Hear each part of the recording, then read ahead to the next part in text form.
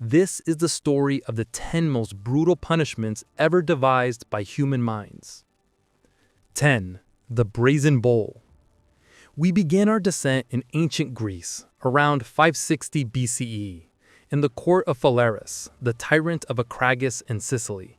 Here, a bronze sculptor named Perillos created something that would immortalize his name and infamy. The Brazen Bull was a hollow bronze statue, life-sized, with a door on its side. But this was no ordinary sculpture. It was an execution device designed with cruel ingenuity.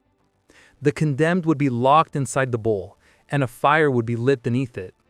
As the bronze heated to unbearable temperatures, the victim's screams would travel through a series of tubes and emerge from the bull's mouth, sounding like the bellowing of an actual bull. Perillos presented his creation to Phalaris, hoping for a reward.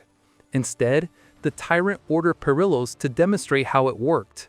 By climbing inside himself, Perillos became the first victim of the bull, though Phalaris pulled him out before death, only to later execute him by throwing him off a cliff. The creator became the first victim of his own cruel invention. 9. Scaphism. If the Brazen Bull represented sudden, intense suffering, our next punishment was its opposite. A slow, calculated torture that could last for days. The ancient Persians called it Scaphism, derived from the Greek word for boat. The victim would be stripped naked and trapped between two small boats or hollowed-out tree trunks with only their head, hands, and feet exposed. They would be force-fed milk and honey until they developed severe diarrhea. More honey would be smeared on their exposed body parts, and then they'd be left floating in a stagnant pond under the burning sun. The combination of the victim's waste and honey would attract insects, flies, wasps, and other vermin, which would feed on the victim's flesh while they were still alive. Death could take anywhere from a few days to over 2 weeks, as the victims succumbed to a combination of dehydration, septic shock from infected wounds, and gangrene. Ancient historians recorded that some victims would literally be consumed alive by maggots that bred in their festering wounds. 8. Poena Cullei. In ancient Rome, where gladiatorial combat was entertainment and crucifixion was commonplace, one crime stood above all others in its horror: the murder of one's parent or close relative. The punishment, known as Poena Cullei, was as symbolic as it was brutal. The condemned would be sewn into a leather sack along with several live animals, typically a dog, a rooster, a viper, and a monkey. Together they represented the criminal's descent from humanity. The sack would then be thrown into the nearest body of water, the Tiber River in Rome, or the sea if near the coast.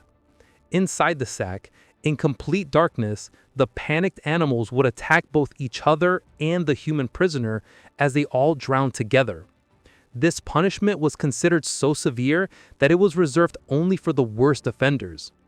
By the time of Emperor Hadrian in the 2nd century CE, it had become so associated with unspeakable evil that even mentioning it was considered bad luck. 7. Crucifixion. No list of ancient punishments would be complete without crucifixion, perhaps the most infamous execution method in human history, made so by one particular execution in Jerusalem around 30 CE. But crucifixion existed long before the Romans perfected it. The Persians, Carthaginians, and Greeks all employed variations of this punishment. The Romans, however, turned it into a public spectacle designed to deter rebellion and reinforce imperial power. The condemned would first be scourged, whipped with a flagrum, a multi-tailed whip embedded with bone and metal. This alone could be fatal. Survivors would then be forced to carry the horizontal beam of their cross to the execution site. Contrary to popular imagery, victims were usually nailed through the wrist, not the palms, which couldn't support the body's weight. The feet were nailed to a small ledge called the suppedanum, which provided just enough support to prolong the agony. The death came not from blood loss, but from suffocation. The position of the body made it difficult for victims to breathe. They had to push up on their nailed feet to inhale, causing excruciating pain. Eventually, exhaustion would make this impossible, and they would asphyxiate. The process could take days. To speed death, Roman troops would sometimes break the victim's legs and removing their ability to push up and breathe. The humiliation was part of the punishment. Victims were often crucified naked, and bodies were left to rot as warnings to others. 6. Bamboo torture. From the Mediterranean to East Asia, where ancient Chinese and Japanese cultures developed their own forms of punishment. Among the most insidious was bamboo torture, a method that turned nature itself into an executioner. Bamboo is one of the fastest growing plants on Earth, capable of growing up to 3 feet in a single day under ideal conditions. Ancient executioners discovered they could weaponize this extraordinary growth rate. The victim would be suspended horizontally above a bed of young bamboo shoots. As the bamboo grew, its incredibly sharp tips would slowly pierce through the victim's body, emerging on the other side over the course of several days. The torture was methodical and inescapable. 5. Breaking wheel. Medieval Europe inherited many brutal practices from ancient times, but few were as widespread or as horrifying as breaking on the wheel. The condemned would be tied spread-eagle to a large wooden wheel. An executioner would then use an iron hammer or club to systematically break every major bone in the victim's body, starting with the fingers and toes, moving to the limbs, and finally the spine and skull. The number of blows was sometimes specified in the sentence, from 40 blows for a merciful execution to over 100 for the worst criminals. After the breaking was complete, the wheel would sometimes be mounted on a tall pole and left on display, with the victim, still alive, woven through the spokes. They would be left to die of exposure, dehydration, or shock, their broken bodies providing a gruesome warning to passers-by. 4. Flaying. Some punishments targeted the body's structure. Others, like flaying, turned the body's largest organ, the skin, into the instrument of death. This ancient practice appeared in civilizations from Assyria to China, from ancient Greece to the Americas. Flaying, or skinning alive, was exactly what it sounds like. The victim's skin would be methodically removed while they were still conscious. The process would begin at the extremities and work inward, or sometimes start at the back and peel forward. The Assyrian Empire, which ruled Mesopotamia from 2500 to 609 BCE, was particularly notorious for this practice. Assyrian kings didn't just use flaying as punishment, they advertised it. Palace walls were decorated with reliefs showing the flaying of captured enemies and rebellious subjects. In one recorded instance, the Assyrian king Ashurnasirpal II had the walls of rebel cities decorated with the skins of their former leaders. The message was clear: this is what happens to those who defy the empire. The medical reality of flaying is horrifying. The skin regulates body temperature, retains moisture, and protects against infection. Without it, victims would experience unbearable pain from every nerve ending being exposed, followed by hypothermia, massive fluid loss, and septic shock. Death could take hours or even days, depending on how much skin was removed and how skilled the executioner was at keeping the victim alive. 3. Blood eagle. From the Mediterranean to the frozen north, where the Vikings created a punishment so brutal that historians still debate whether it was real or simply a terrifying legend designed to frighten enemies. The blood eagle, according to Norse sagas, was reserved for the worst enemies, those who had betrayed or murdered a king or lord. The descriptions in the sagas are graphic and methodical. The victim would be restrained face down, the executioner would cut along both sides of the spine, then use an axe to hack through the ribs, separating them from the spinal column. The ribs would then be pulled outward and upward, creating a gruesome approximation of wings. Finally, the victim's lungs would be pulled out through the opening and spread across the wings of ribs. According to the sagas, the victim had to remain silent throughout the entire ordeal to die with honor and reach Valhalla. Any cry of pain meant eternal dishonor. 2. Ling Shi, death by 1,000 cuts. In Imperial China, A civilization that gave the world paper, gunpowder, and the compass also refined torture into an art form.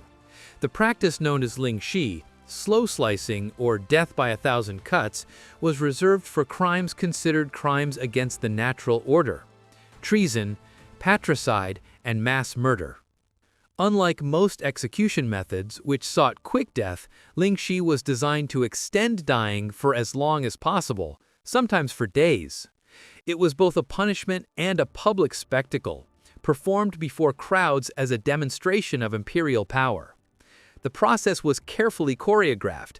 The executioner would use a sharp knife to make small, precise cuts, removing pieces of flesh in a specific order.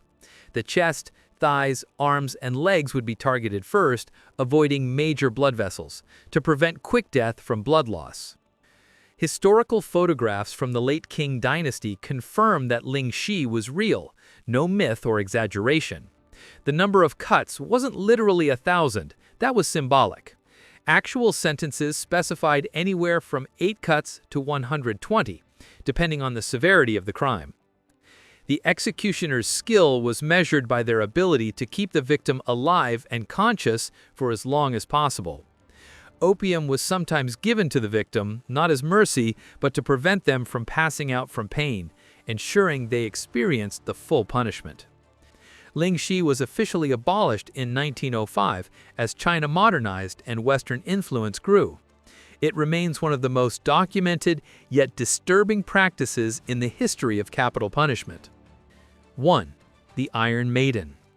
We arrive at our final punishment, perhaps the most iconic torture device in popular imagination, yet also the most controversial among historians: the Iron Maiden. The Iron Maiden was supposedly a human-sized cabinet made of iron with doors that opened to reveal a hollow interior lined with spikes. The victim would be placed inside, and the doors would slowly close, driving the spikes through the body. The spikes were allegedly positioned to pierce vital organs and major blood vessels, but not immediately kill. The victim would die slowly from multiple puncture wounds, internal bleeding, and shock, all while trapped in absolute darkness. The Iron Maiden may have been a fabrication, a Victorian-era creation designed to make the medieval period seem more barbaric than it actually was. Some historians believe it was inspired by a German interrogation device called the Schondmantel, or barrel of shame, which was uncomfortable but not lethal. From the Brazen Bull of ancient Greece to the perhaps fictional Iron Maiden of medieval lore, we've journeyed through humanity's darkest innovations. These punishments weren't just about death, they were about power, control, and sending messages that would echo through generations. They remind us that civilization is a fragile thing, built on agreements about human dignity and the limits of state power. Every society in this video believed their punishments were justified, that their victims deserved these fates. Today, we look back in horror, but we must ask ourselves, what practices we consider normal now will make our descendants shudder? What cruelties do we justify that future generations will condemn? Thank you for watching. If you found this journey through history's darkest chapters both educational and eye-opening, make sure to subscribe to our channel and hit that notification bell so you never miss our deep dives into the mysteries and horrors of the past. Drop a comment below and let us know which punishment shocked you the most, and what historical topic should we cover next.